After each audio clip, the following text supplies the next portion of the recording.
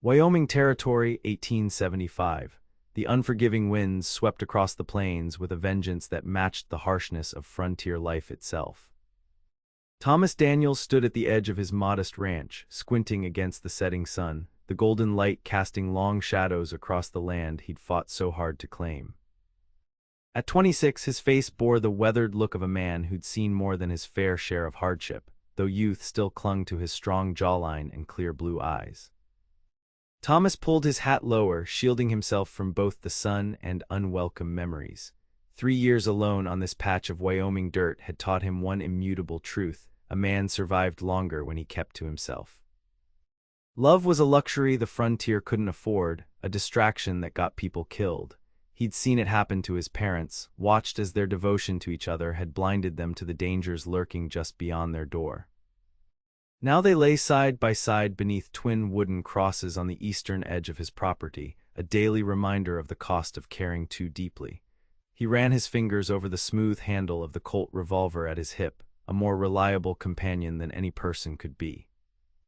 The approaching cattle drive would test his resolve yet again. 2 weeks with the Weston outfit meant 2 weeks of men trying to draw him into conversation, share stories, forge connections. Thomas had perfected the art of polite distance, of doing his job without inviting anything more. Just need to get through one more season, he muttered to himself as he turned toward his cabin. Get enough to expand the north pasture, then I won't need to ride with strangers anymore. The evening air carried the scent of approaching rain as Thomas prepared a simple supper, his movements efficient in the small space he called home. Outside, thunder rumbled across distant hills, nature's warning of what was to come. He'd check the horses once more before turning in, make sure the barn was secure against the storm. What Thomas couldn't know as he stepped into that rain-heavy night was that the approaching storm would bring far more than water to his doorstep. It would bring the very thing he'd spent years avoiding, a chance to care again. The downpour struck with sudden violence, turning the dirt road to mud within minutes. Willow Turner clutched the reins tighter as the wagon lurched dangerously, her 20-year-old hands white-knuckled with effort. Her honey-blonde hair had come loose from its pins, now plastered against her face and neck as she fought to control the frightened horses. "Please," she whispered, though whether to the horses or to God himself she couldn't say. The wagon wheels slid in the thickening mire, threatening to tip with each passing second. Behind her, what remained of her possessions shifted precariously: books, clothing, a few cherished keepsakes. All that remained after the bank had taken her family home following her father's death 3 months prior. The letter from her mother's cousin in Cheyenne had been her salvation, a chance at a new beginning, a position as a schoolteacher in a growing town. But now, miles from anywhere, with night falling and the storm raging, Willow felt the last of her carefully cultivated hope begin to crumble. A flash of lightning illuminated the landscape, and for one blessed moment she spotted a structure in the distance. A barn, perhaps, or a cabin, shelter. Willow steered the terrified horses toward it, praying the wheels would hold just a little longer. The left front wheel chose that moment to catch in a deep rut. The sickening crack of splintering wood echoed even through the storm's fury as the wagon tilted sharply. Willow screamed as she was thrown clear, landing hard in the mud as the wagon collapsed onto its side.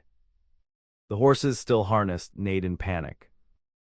Breathless and dazed, she struggled to her feet. Her pale blue traveling dress, once so carefully chosen for her journey west, was now sodden and torn, blood mixed with rain where her palms had been cut in the fall. Yet all Willow could think about were the horses, still tethered to the ruined wagon, their terror palpable even through the sheeting rain. "I'm coming," she called, stumbling toward them. "I'll get you free." Another lightning strike revealed the true extent of her predicament, the wagon beyond repair, night falling rapidly, and miles of empty country stretching in every direction. Desperation clawed at her throat as she worked to free the animals, her fingers numb with cold and fear. She never heard the approaching rider until he was nearly upon her.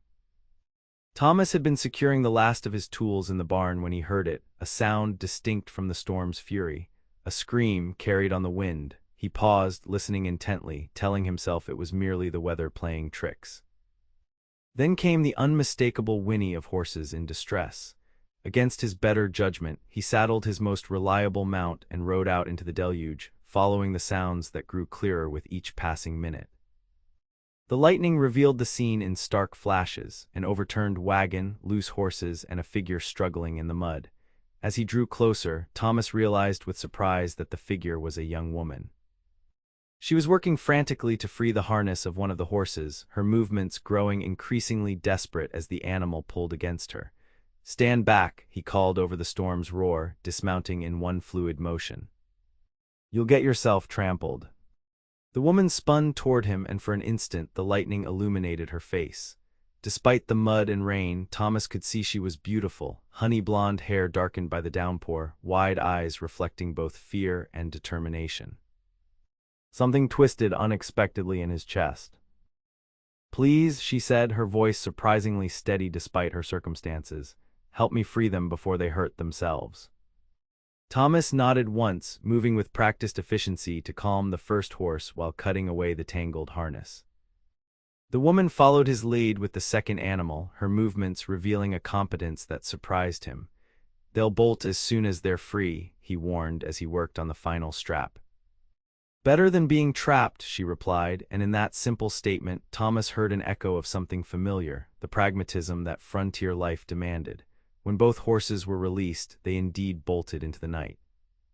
Thomas turned his attention to the woman, who stood shivering beside the ruined wagon, trying unsuccessfully to shield herself from the relentless rain. "My ranch is half a mile east," he said, gesturing toward his property. "You can shelter there until morning." She hesitated, weighing her options in a glance: the overturned wagon, the darkening sky, the stranger before her offering the only hope of survival. "Thank you," she said finally, dignity somehow intact despite her bedraggled appearance. "I'm Willow Turner." "Thomas Daniels," he offered his hand to help her mount his horse, noting the cuts on her palms. "Can you ride?" "Since I was 6, she replied, accepting his assistance but mounting with practiced ease. Thomas swung up behind her, keeping a respectful distance as they set off toward his ranch. The rain continued its assault as they rode in silence. Thomas felt the woman, Willow, trembling, whether from cold or fear he couldn't tell. Against every instinct he'd cultivated over the past 3 years, he found himself speaking. "What brings you out here alone in weather like this?" There was a pause before she answered, as if she were carefully measuring her response. "I'm bound for Cheyenne. I'm to be the new schoolteacher there."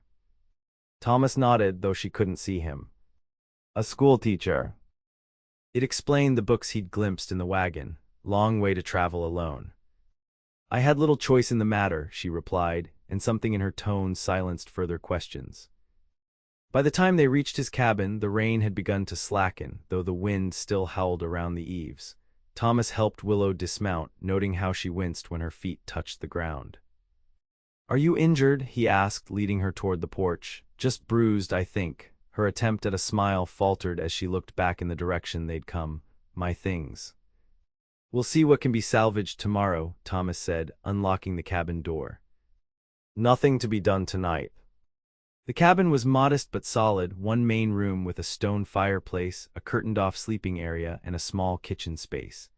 Thomas quickly revived the banked fire, its warmth filling the space as Willow stood dripping on the wooden floor, clearly uncertain of her place in this stranger's home. "You should get out of those wet clothes," Thomas said, then immediately felt heat rise to his face at how his words might be interpreted. "I mean, I have spare clothing. Nothing that would fit properly, but dry at least." He moved to a trunk near his bed, pulling out a clean shirt and a pair of trousers worn thin enough to be somewhat manageable for her smaller frame.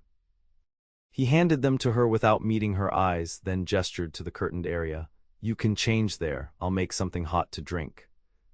When Willow emerged minutes later, Thomas nearly dropped the tin cups he was holding.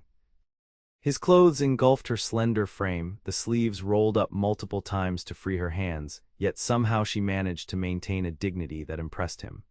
She tied her damp hair back with a strip of fabric, revealing a face that, now clean of mud, confirmed his initial impression of her beauty. "Thank you, Mr. Daniels," she said, accepting the cup he offered. "I don't know what I would have done if you hadn't found me." "Thomas," he corrected automatically, then wondered why he'd done so. He never invited such familiarity, and there's no need for thanks. Anyone would have done the same. Her blue eyes met his with surprising directness. We both know that's not true, not out here. Thomas couldn't argue with her assessment. The frontier had its share of good men, but also those who would have seen a woman alone as an opportunity rather than a responsibility. They sat in silence for a while, the crackling fire and howling wind the only sounds. Thomas found himself stealing glances at his unexpected guest. There was a weariness about her that went beyond physical exhaustion, a sadness that seemed to have settled into the corners of her eyes. "You should take the bed," he said finally. "I'll sleep by the fire." "I couldn't possibly." "Please," the word came out more forcefully than he'd intended. He softened his tone. "It's no hardship, I've slept in worse places." Willow studied him for a moment, then nodded. "Thank you. But only if you'll accept payment when we retrieve my things tomorrow. I have some money." "That won't be necessary." "I insist," her chin lifted slightly. "I pay my own way, Mr. Daniels, Thomas. Always have." Something like respect stirred in Thomas's chest. Here was a woman who'd been thrown from a wagon in a storm, lost her transportation, and yet maintained both her composure and her sense of independence. "We'll discuss it tomorrow," he said, unwilling to argue further. "You should rest now." As Willow retired behind the curtain, Thomas stretched out near the fire, his mind unsettled. Tomorrow he would help her salvage what could be saved from the wagon, then find a way to get her to Cheyenne. A delay of a day, perhaps two, and his life would return to its solitary rhythm. Yet as he drifted toward sleep, the sound of soft breathing from across the cabin created an unexpected warmth that had nothing to do with the fire, a warmth Thomas immediately recognized as dangerous. Morning arrived with clear skies that belied the previous night's violence. Willow woke to unfamiliar surroundings, momentarily disoriented until memories of the storm, the accident, and her rescue flooded back. She rose quickly, embarrassed to have slept while a stranger gave up his bed. Thomas was already awake, tending to something on the stove that filled the cabin with the scent of coffee and frying bacon. He glanced up as she emerged, then quickly returned his attention to his cooking. "Good morning," she said, smoothing her borrowed clothes as best she could. "I hope I haven't overslept." "Sun's barely up," he replied. "Thought you could use the rest after last night." Breakfast was a simple but hearty affair: bacon, biscuits, and strong coffee. Willow ate with genuine appetite, realizing she hadn't had a proper meal since leaving the last town 2 days ago. Thomas ate methodically, his eyes rarely meeting hers across the small table. "I need to check on my stock," he said when they'd finished.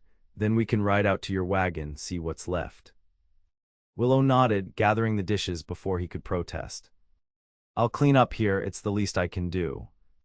For a moment Thomas looked as if he might argue, then merely nodded and headed for the door. "Won't be long." Left alone, Willow took the opportunity to properly observe her surroundings. The cabin was spare but not austere, showing signs of careful maintenance. A small bookshelf near the bed caught her attention, its contents surprising her: volumes of Thoreau, Whitman, and several history texts alongside the expected practical manuals on ranching and animal husbandry. On the mantel stood the cabin's only decorative item, a silver-framed daguerreotype of a handsome couple. The woman's smile was gentle, the man's posture proud. Thomas's parents, she guessed, noting his resemblance to them both. By the time Thomas returned, Willow had washed the dishes and put her borrowed clothing in better order, using a length of rope she'd found to belt the oversized shirt more securely at her waist. "Ready?" he asked, his expression revealing nothing of his thoughts. The ride to the accident site took less than 20 minutes in the clear light of morning. The wagon lay as they'd left it, its broken wheel and axle confirming what Willow had already known: it was beyond repair.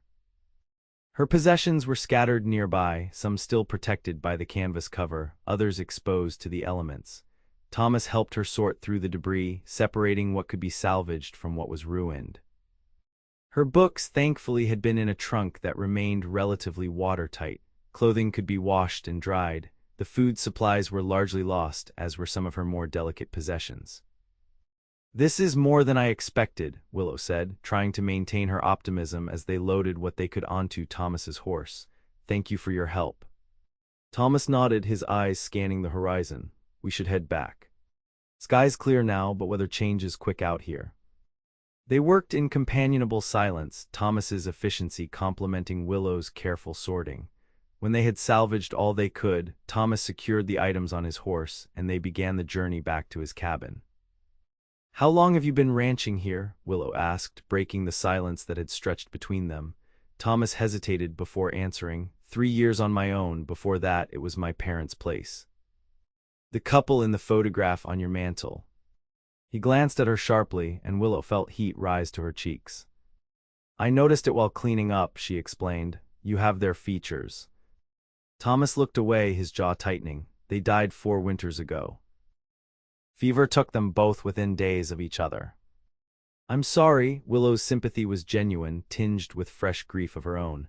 "My father passed 3 months ago. That's why I'm traveling to Cheyenne. There was nothing left for me at home after the bank took our house." Thomas said nothing, but something in his posture shifted, a subtle acknowledgement of shared loss. Back at the cabin, they unloaded her salvaged possessions. Willow surveyed the modest collection with a mixture of gratitude and concern. She still had no means of transportation, and Cheyenne remained nearly 40 miles away. "The Prescott family heads to town every second Monday for supplies," Thomas said, seeming to read her thoughts. "Their ranch is about 3 miles west. They could take you as far as Cheyenne when they go." "That would be wonderful," Willow said, relief evident in her voice. "When is the next second Monday?" Thomas's expression told her the answer before he spoke. 11 days from now." The implications hung in the air between them. 11 days of imposing on a stranger. 11 days in close quarters with a man she barely knew, alone on a remote ranch. Propriety alone made such an arrangement impossible. "I could set up the lean-to near the creek for myself," Thomas offered, clearly having reached the same conclusion. "You could have the cabin until the Prescotts make their trip." Willow shook her head firmly. "I won't turn you out of your home, Mr. Daniels. Perhaps there's work nearby where I could stay. Another ranch that might need help." "Nearest place hiring would be Rockford, 20 miles south," Thomas replied, "and they're not looking for women's work." Willow straightened, determination replacing uncertainty. "I'm not afraid of work, whatever form it takes, and I refuse to be a burden. If I'm to stay here until transportation can be arranged, I'll earn my keep." Thomas studied her, his expression unreadable. "What exactly do you propose?" "I can cook, clean, mend. I helped my father with his accounts, so I'm good with figures." She glanced around the cabin. "And it appears you could use some assistance organizing your supplies." For the first time since they'd met, something like amusement flickered in Thomas's eyes. "Are you saying my housekeeping is lacking, Miss Turner?" "I'm saying that if I'm to impose for 11 days, I should make myself useful," Willow replied, relieved to see that tiny crack in his reserve. "Do we have an agreement?" Thomas considered her for a long moment, then nodded once. "We do, but I'll still take the lean-to." "That's not non-negotiable," he interrupted. "My mother would rise from her grave and haunt me if I did otherwise." Willow recognized the stubborn set of his jaw and relented. "Very well, but I insist on cooking meals and helping with the ranch work. I won't be idle while you work yourself to exhaustion." "The ranch work isn't non-negotiable," she echoed, a small smile playing at her lips. Thomas looked at her with fresh appraisal, as if seeing something he hadn't noticed before. Then he nodded again, more slowly this time. "We'll try it for a day, see how it goes."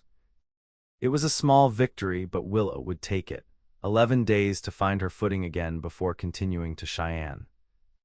11 days to repay the kindness of this taciturn cowboy who had saved her from the storm.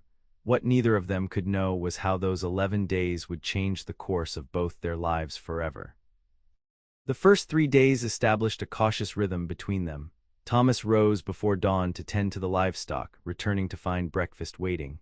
They worked separately during the morning hours, Thomas with his cattle, Willow restoring order to the cabin and tending to her salvaged possessions.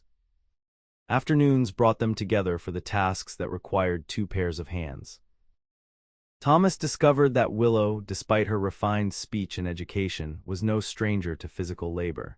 She approached each task with determination, asking questions when necessary but never complaining about the work's difficulty. Where did you learn to handle animals? Thomas asked on the fourth day, watching as she confidently approached a nervous calf that needed tending. Willow spoke softly to the animal as she checked its injured leg. My father was a banker, but we lived on the edge of town with enough land for a few animals. He believed in self-sufficiency. She glanced up at Thomas. He also believed that his daughter should know how to manage without depending on a man should the need arise. Wise man, Thomas commented, genuinely impressed. He was. Sadness flickered across her face before she refocused on the calf. This should heal clean if we keep it wrapped. That evening, as they sat on the porch after supper, the conversation continued with an ease that surprised them both. Thomas learned that Willow had been teaching informally in her hometown since she was 18, taking over classes when the regular teacher fell ill. Willow discovered that Thomas had attended 2 years of university in the East before returning home when his father's health began to fail. Why ranching? She asked. With your education, you could have pursued other paths. Thomas was silent for so long that Willow thought he might not answer. When he finally spoke, his voice was low, almost as if he were speaking to himself. This land was my father's dream. He spent 20 years building something from nothing. His eyes scanned the pastures, now silvered by moonlight. When he died, I couldn't bear to see it pass to strangers. That's admirable, Willow said softly. Honoring his legacy. Thomas turned to look at her, his expression suddenly vulnerable in a way she hadn't seen before. Some days I wonder if I'm honoring it or hiding behind it.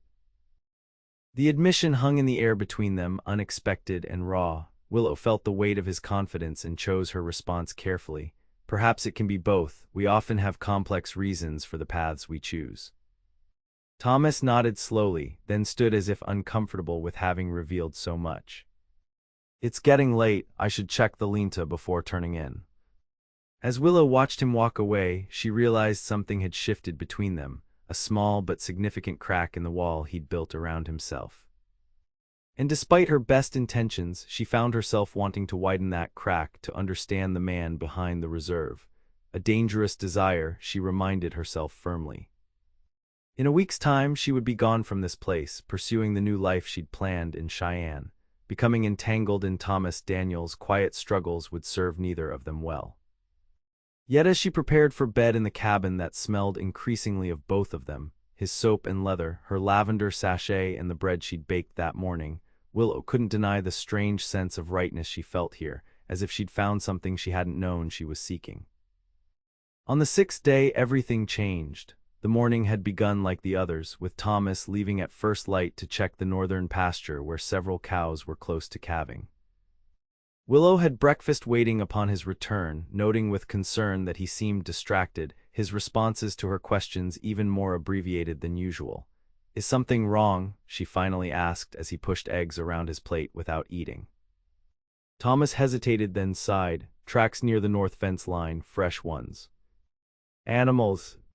Men, 3, maybe 4 horses. His expression darkened, and they cut a section of fence.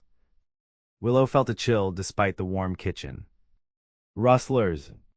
Thomas nodded, likely looking to return tonight. New calves are easy targets, small enough to transport quickly, and the mothers will follow. Shouldn't you alert the sheriff or your neighbors? Sheriff's office is 2 days' ride. Prescotts are preparing for their town trip. He met her eyes directly. I need to track them, find their camp before they come back. If I know where they're holed up, I can be ready. Alarm spread through Willow's chest. You mean to confront them, alone? I mean to protect what's mine. His voice was quiet but firm. I've dealt with rustlers before. Willow's mind raced through the implications. Thomas alone against multiple armed men. The ranch unprotected in his absence, her own vulnerability if the rustlers returned while he was tracking them. Take me with you, she said suddenly. Thomas stared at her as if she'd suggested flying to the moon. Absolutely not.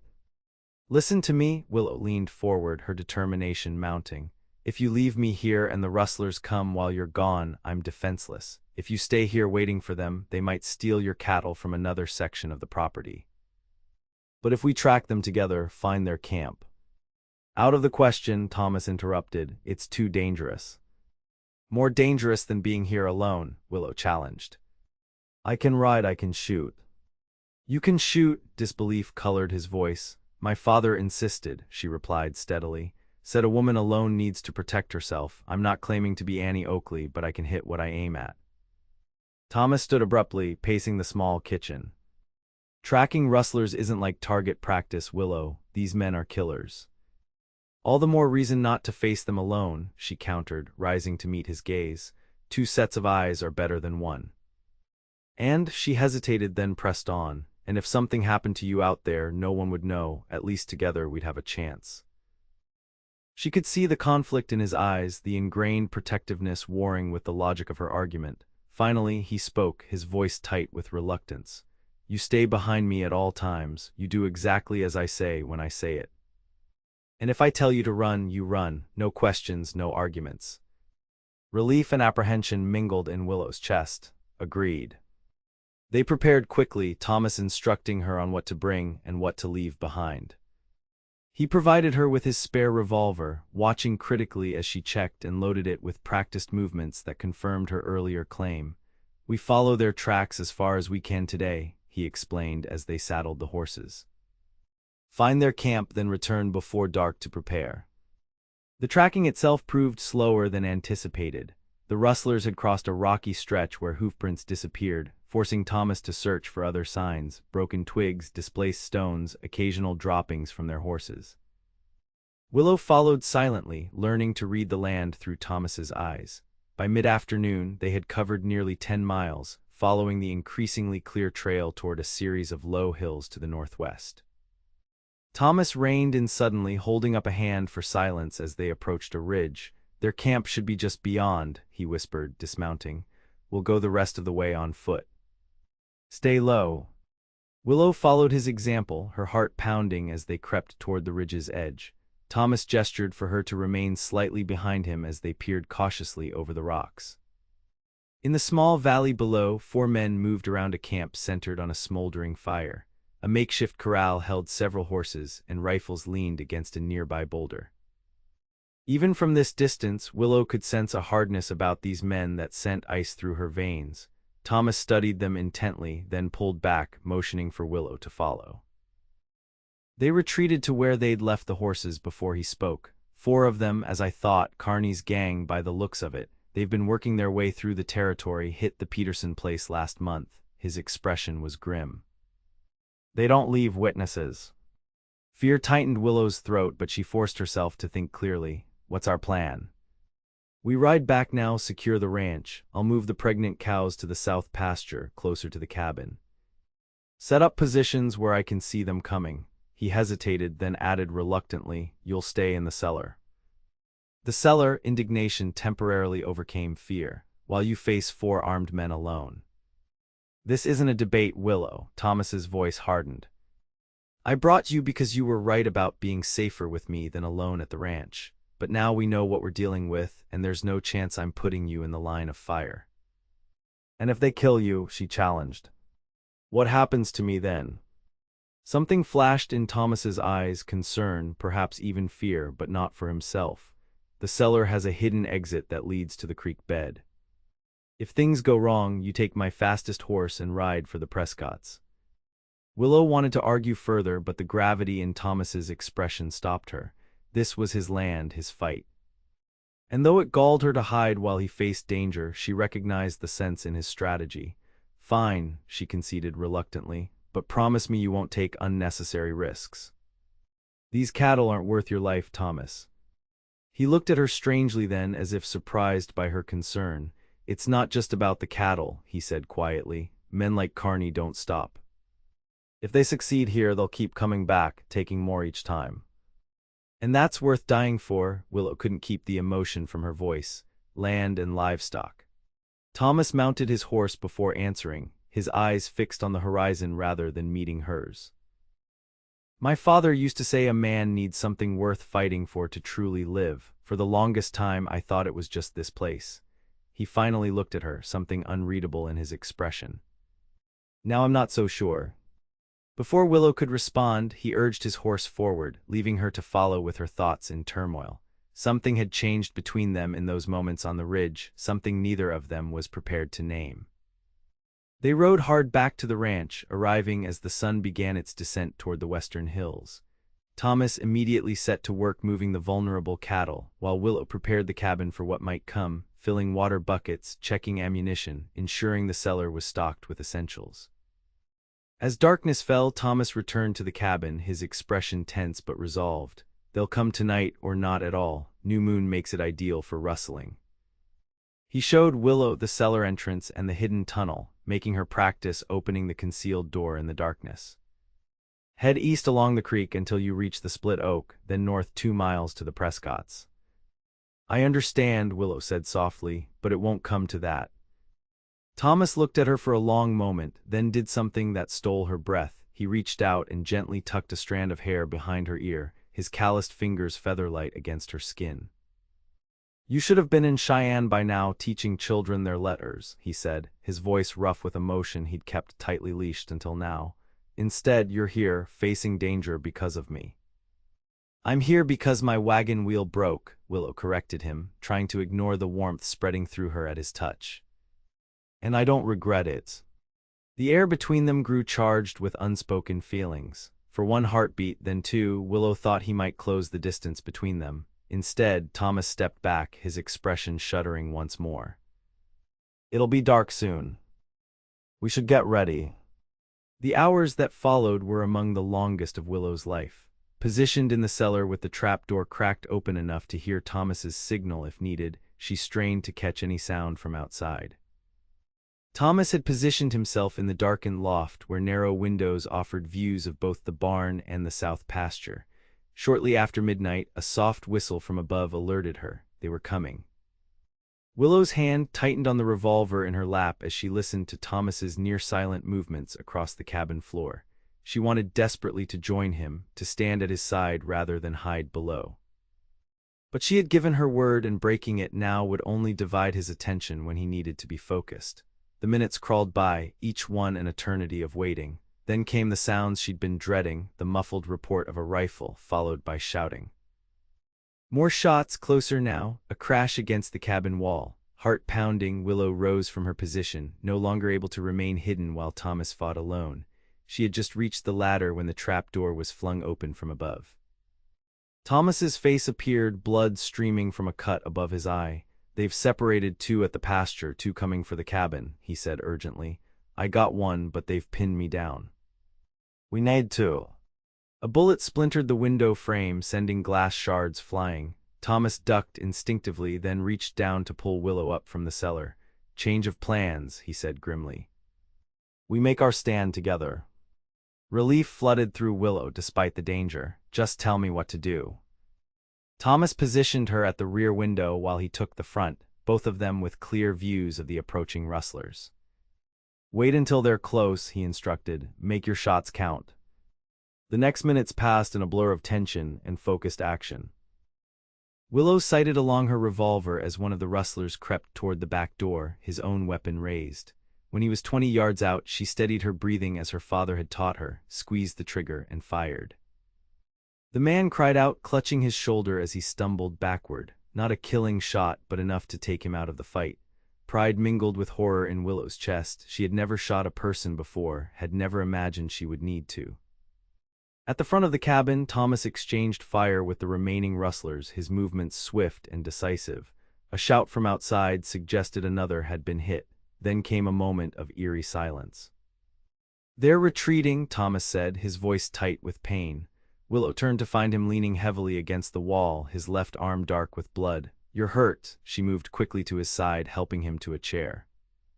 Graze, he insisted, though his pallor suggested otherwise. Need to make sure they're gone before.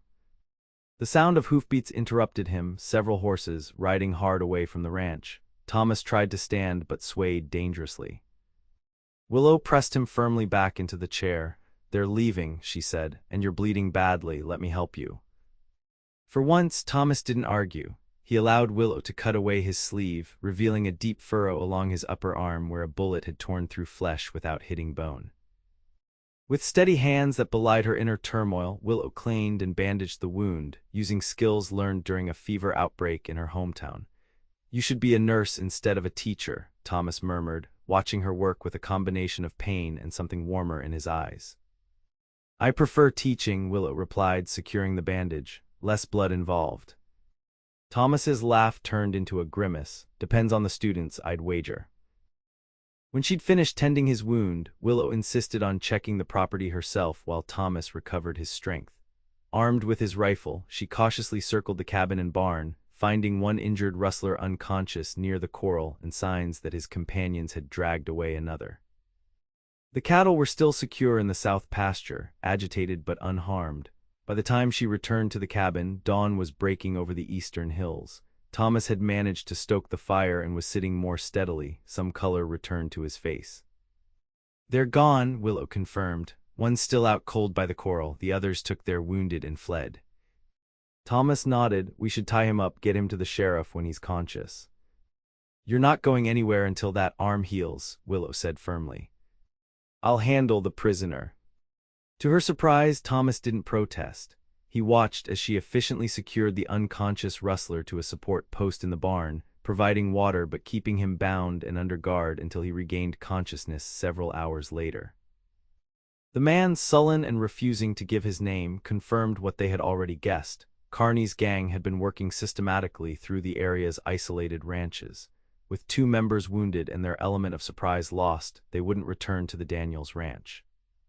"What happens now?" Willow asked that evening after they had shared a simple meal. The prisoner was secure in the barn, and Thomas's wound, though painful, showed no signs of infection. "Prescott's will be heading to town day after tomorrow," Thomas said. "I'll send word with them to the sheriff about our visitor. Law will come collect him eventually."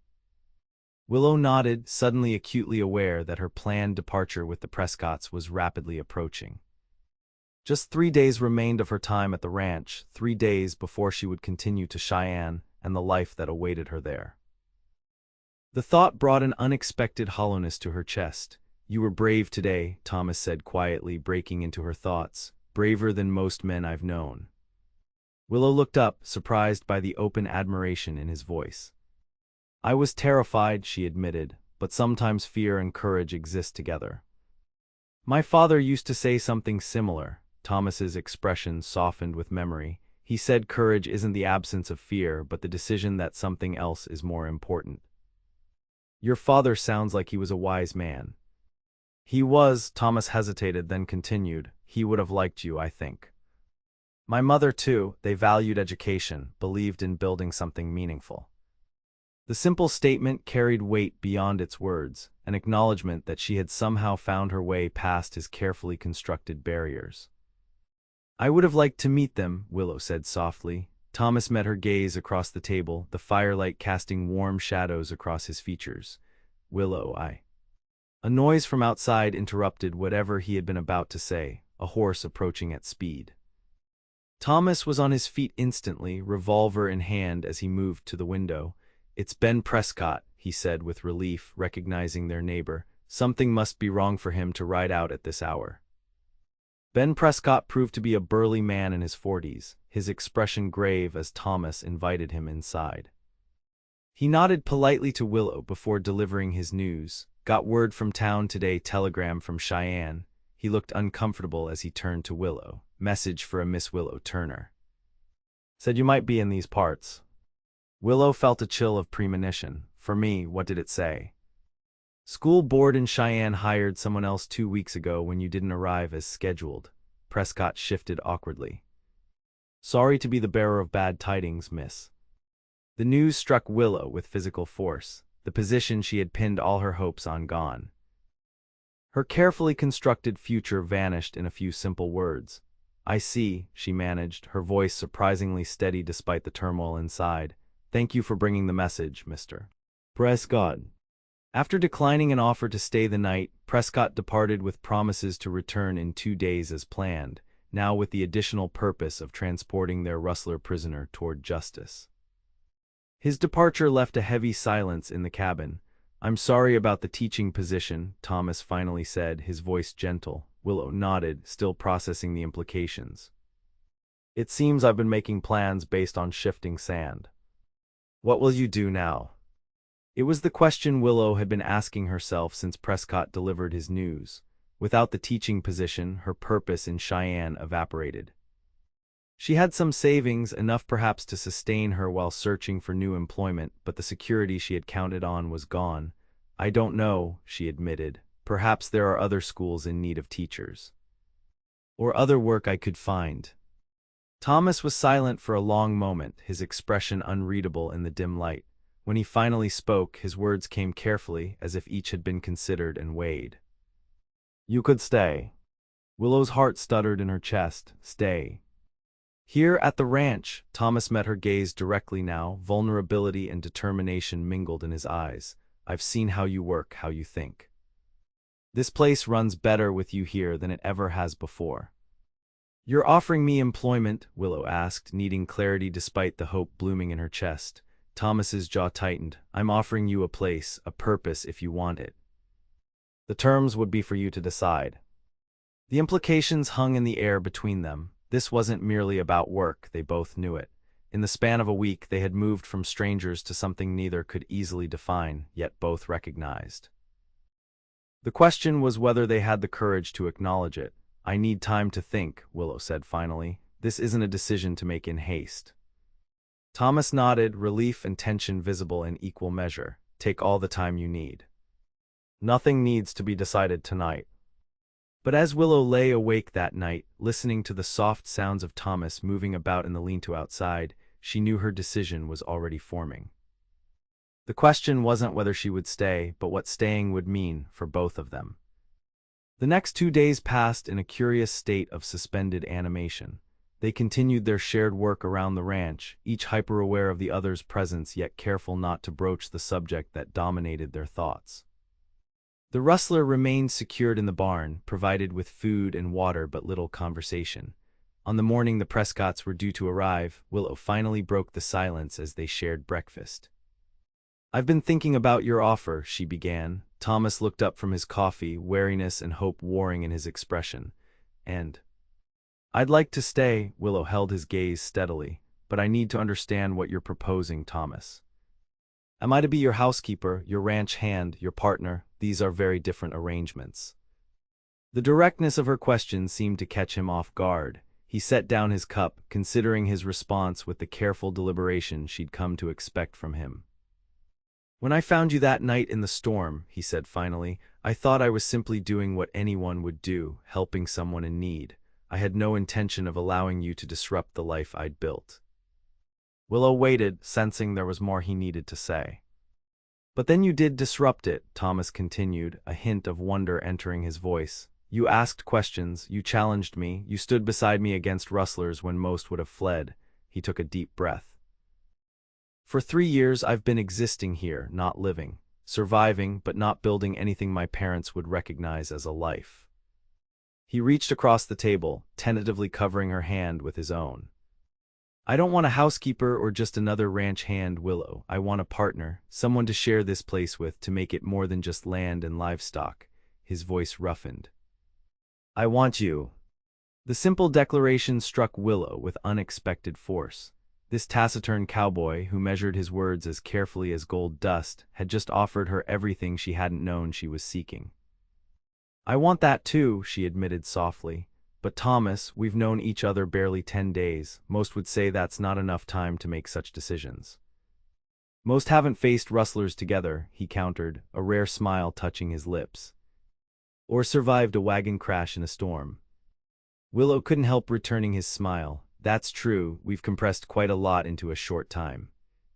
Thomas's expression grew serious again. "I'm not asking for promises you're not ready to make. Stay as my partner in this ranch. Let us learn each other properly, with time and patience." His thumb traced gentle circles on her hand. "And if, after a season, you find this life isn't what you want, I'll personally escort you to wherever you wish to go." The fairness of his offer touched Willow deeply. Here was a man offering her both roots and wings, a place to belong and the freedom to leave if she chose. It was more consideration than most women could expect in a lifetime. "A season, then," she agreed, turning her hand to intertwine her fingers with his, "to see if what's growing between us can flourish." Thomas's relief was palpable, transforming his features with a lightness she had rarely glimpsed. "It's settled, then."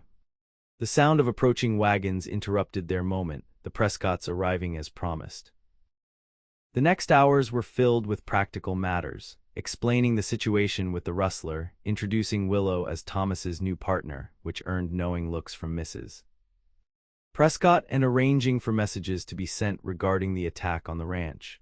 When the Prescotts departed with their sullen prisoner securely bound in their wagon, the ranch seemed suddenly quiet. Thomas and Willow stood on the porch, watching until the dust from the wagons faded into the distance. "So," Willow said, turning to face him, "where do we begin, partner?" Thomas looked at her for a long moment, then tentatively reached out to cup her cheek with his hand. "Perhaps here," he murmured, and slowly, giving her every opportunity to pull away, he lowered his lips to hers. The kiss was gentle, almost reverential, a promise rather than a demand. Willow responded in kind, allowing the warmth that had been building between them to flow freely at last. When they finally parted, Thomas rested his forehead against hers, his breathing unsteady. "I've wanted to do that since I found you standing in the rain," he confessed. Willow smiled, her heart fuller than she could have imagined possible 2 weeks ago. "I'm glad you waited until I wasn't covered in mud." His laugh was a rare and precious thing, rumbling through his chest where her hand rested. "Always practical, Miss Turner." "Someone has to be, Mr. Daniels." She stepped back, though her hand remained in his. "Now, shall we see about expanding that north pasture you mentioned? I have some ideas about irrigation that might increase your grazing land." Thomas looked at her with undisguised admiration. "Our grazing land," he corrected gently, "and yes, I'd like to hear those ideas." As they walked toward the barn together, planning improvements to the ranch that would now be their shared home, Willow felt a certainty settle in her bones. The wagon wheel breaking had not been misfortune after all, but destiny redirecting her to where she truly belonged. Autumn 1880. Golden light filtered through the curtains Willow had sewn last winter, casting warm patterns across the expanded cabin's wooden floor. 5 years had transformed both the ranch and its occupants, the modest operation now 3 times its original size, with additional outbuildings, improved pastures, and a small orchard beginning to bear fruit. Thomas stood at the window, watching as the first leaves of fall danced across the yard. Behind him, Willow moved about the kitchen, humming softly as she prepared breakfast. The scent of coffee and fresh bread filled the air, mingling with the sweet fragrance of the wildflowers their 3-year-old daughter, Elizabeth, had insisted on collecting yesterday. "Papa," Elizabeth's excited voice preceded her as she burst through the door from the bedroom she shared with her 1-year-old brother, James. "The chickens laid 7 eggs today. I counted them all by myself." Thomas scooped his daughter into his arms, her honey blonde hair, so like her mother's, escaping from its braid. "7 eggs, that's excellent counting, Lizzie girl." Willow smiled as she watched them, absently resting a hand on her slightly rounded belly where their 3rd child grew. The changes in Thomas never ceased to amaze her. The reserved, solitary man she'd met that stormy night now transformed into a husband who laughed readily and a father whose tenderness knew no bounds. "Is Uncle Ben still coming today?" Elizabeth asked, referring to Ben Prescott, who had become like family over the years. "Yes, sweetheart," Willow answered, setting plates on the table. "And Aunt Sarah and the boys, too." Thomas set Elizabeth down as baby James began calling from the bedroom. "I'll get him," he offered, pressing a quick kiss to Willow's cheek as he passed. Left alone momentarily in the kitchen, Willow took in the home they had built together, not just the physical structure with its added rooms and comfortable furnishings, but the warmth and love that filled every corner. The school lessons she taught for neighboring children 3 days a week in the converted barn, the account books that showed their growing prosperity, the photographs on the mantel that now included their wedding day and their children alongside Thomas's parents. From desperation to purpose, from loneliness to love, the journey had not always been smooth. The harsh winter of 77, the drought of 79, the difficult birth of James that had frightened them both. But through it all, they had faced each challenge together, their partnership growing stronger with each trial overcome. Thomas returned with James on his hip, the boy's dark hair, so like his father's, tousled from sleep. "Someone's hungry," he announced as James reached pudgy hands toward his mother. "Aren't we all?" Willow laughed, taking her son while Thomas helped Elizabeth into her chair. "Sit down, everyone. Breakfast is ready." As they gathered around the table, this family forged from a broken wagon wheel and a lonely cowboy's reluctant rescue, Willow caught Thomas's eye across the steaming plates. His gaze held the same mixture of wonder and gratitude she felt each day. "What are you thinking?" he asked softly. Willow smiled, remembering the desperate young woman who had stood in the rain 5 years ago, believing her future lay elsewhere. "I'm thinking that sometimes we find our purpose in the most unexpected places," she replied, "and that I'm thankful every day for the storm that led me here." Thomas reached across the table, taking her free hand in his calloused one. "Not as thankful as I am," he said, his voice rough with emotion. "You saved me, Willow, in every way a person can be saved." As their children chattered happily around them, secure in the love that filled their home, Willow squeezed her husband's hand. Together, they had transformed a lonely ranch into a place of belonging, not just for themselves, but for the family they had created and the community they had helped to build. Outside, the Wyoming wind blew across land that had once known only solitude. Now it carried the sounds of laughter, of purpose, of a love that had found its home on the frontier.